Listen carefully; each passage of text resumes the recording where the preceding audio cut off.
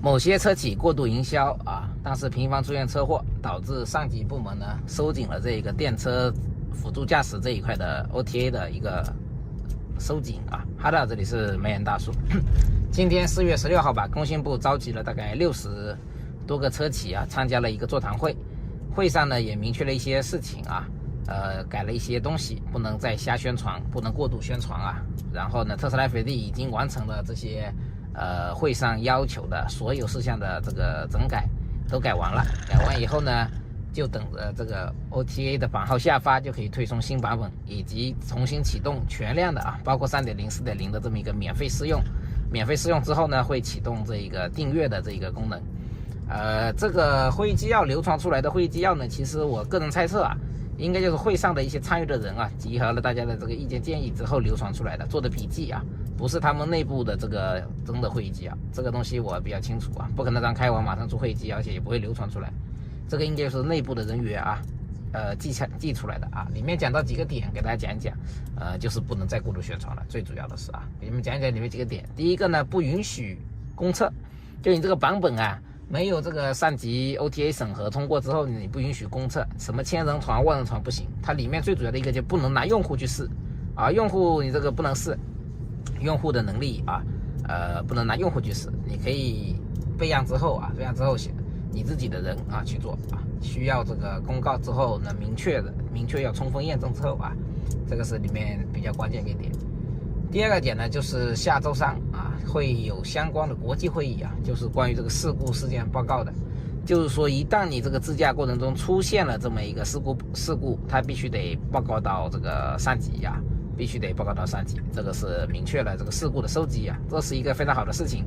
因为这样子呢可以看到每个品牌什么情况下会出现什么事故，然后你的事故率是怎么样。后续上级应该是会进行一个啊，我们应该会进行一个公告。到底你是什么安不安全啊？到底怎么样？多么牛逼啊！就看这个数据就行了。你100万公里到底出现多少事故，跟人比怎么样啊？这是一个。而且我经过这一次这个收紧之后啊，里面很关键有提到的，不能要扩大宣传啊，不能扩大宣传，不要出现自动、自主、自驾、高阶自驾这些字眼了啊！你不能再瞎宣传了。加个激光雷达就说自己高阶啊，你根本就不高阶，高阶个蛋啊，没有什么区别。你的激光雷达是因为你的视觉能力不够你才加的啊，根本跟高阶扯不上关系啊。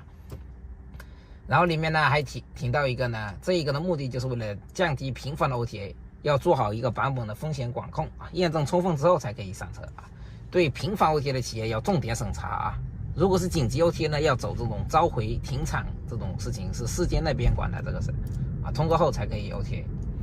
然后呢，他们会上也讨论一个事情，是否能够从技术层面去禁止驾驶员脱离，就是梅大叔一直讲到的事情，不可以再像原来一样可以把这个摄像头的这个监测关掉啊，可以睡觉啊，这全扯淡，你这个是一定要规范的啊。那说能不能从技术层面禁止？那肯定可以啊，像特斯拉一样，我看这个屏，它每4秒钟会检测一次眼球啊，我看这里屏幕1、2、3、4、5。你看5秒啊，它就会注意提醒，所以你只要不看前面眼前这个摄像头监测到啊，这个就很严，那这个呢就可以防止，所以从技术的角度可以。而且里面特别提到一个东西呢，要禁止座椅调节和躺平，就是说我开自驾的时候我不能再躺下来睡觉了，就像那个秦风案件一样的，这个从医学的角度来判断，他当时应该是躺平的一个姿势在开的。我们先不说他有没有睡觉吧，啊，也没讲。我们从医学的角度讲，为什么呢？因为它是压缩性骨折嘛，胸骨吧应该是，还是腰椎压性骨折。一般我们开车坐在这里的话，那种正面的撞击是不会产生压缩性的骨折的，只有躺在那里啊，这个角度我给大家看一下啊。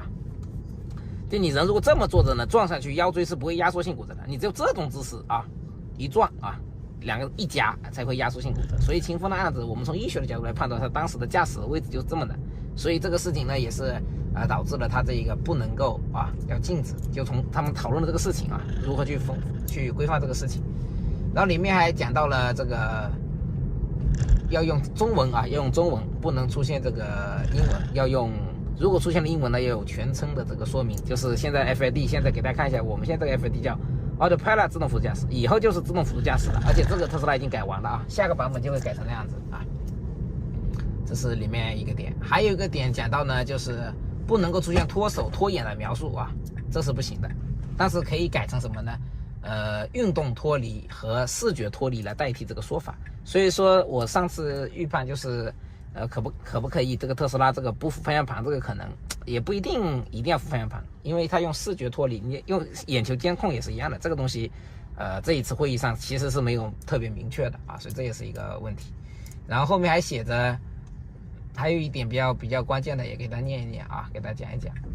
就是禁用代客泊车、一键召唤、远程遥控，不能确保驾驶员在这个运行的过程中的安全。该类功能要禁止申报，不受理这种产品，要确保驾驶员啊是要看住的，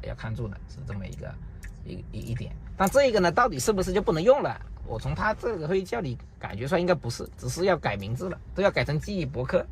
车啊，这个还没明确，这个到时候等具体的明确就知道了。里面呢还讲到 LCC 跟 OA 呢要有这个碰撞测试，就你通不过这种碰撞测试的你就不行。那么这个碰撞测试到底像这个特斯拉 AP 这种，它只对人车这种交通参与者进行一个碰撞测试是行不行的？这个我们要考虑的，就是它会不会加这个疫情障碍物，这个它也还没有明确。其实说白了啊，然后还有什么我看看啊，代客泊，不是你停个车，你自动泊车都这么弱吗？啊，特斯拉自动泊车是挺弱的，兄弟们啊，这个不能洗不动，他没怎么做这个事情啊，其他的应该差不多了啊，就是说啊，还有一个也是很关键的，就是你这个一旦就脱离，就是脱手脱眼之后啊，他就会要求有惩罚，不能再像原来惩罚10分钟啊，原来我那个问界 M9。如果你一段时间不扶方向盘，它可能10分钟或者几分钟，我具体我有点忘了，就可以继续用了。像特斯拉这个很严，如果出现5次这种不管它警告啊，或者你睡觉5次，它就直接禁用1个星期，这个也规定了，必须要有惩罚。这个是不是规定吧？应该是会上人提出来的啊。我觉得这些内容大概率会出现他们在 OTA 的这一块，但特斯拉 FD 从我了解过来呢，它已经是全部完成整改了啊，可靠的消息源全部完成整改了，就等着这个版号推送了啊。好，今天这个视频就到这里。